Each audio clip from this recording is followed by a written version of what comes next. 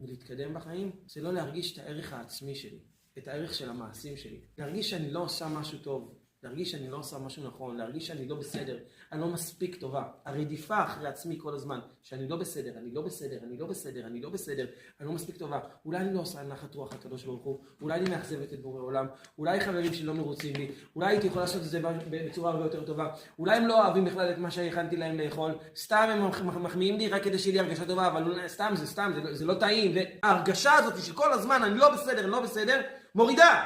אין מה לעשות, זה החיים. בואו נתחיל להעריך כל דבר ודבר שבאמת בצורה מובנת. דבר ראשון, קודם כל, בואו נרצה. כדי לרצות, את צריכה לדחוף קדימה, להבין מה את עושה בחיים שלך, להבין כל דבר ודבר, את המשמעות שלו, את הערך שלו. לא לעשות את זה, סליחה שאני קורא לזה על אוטומט. לא לעשות את זה על אוטומט, לעשות את זה באמת מעומק הלב, כי זה באמת חשוב. ולזכור שכל אחת ואחת מכן בורא עולם מחכה לה לעשייה שלך, לברכה שלך, לרצון שלך, לכל דבר ודבר שאת עושה בחיים. בורא עולם מסתכל, תפסיקי להוריד את הערך שלך, כאילו אני לא מספיק טובה, אני לא מספיק, אסור, בחיים את תרגישי ככה.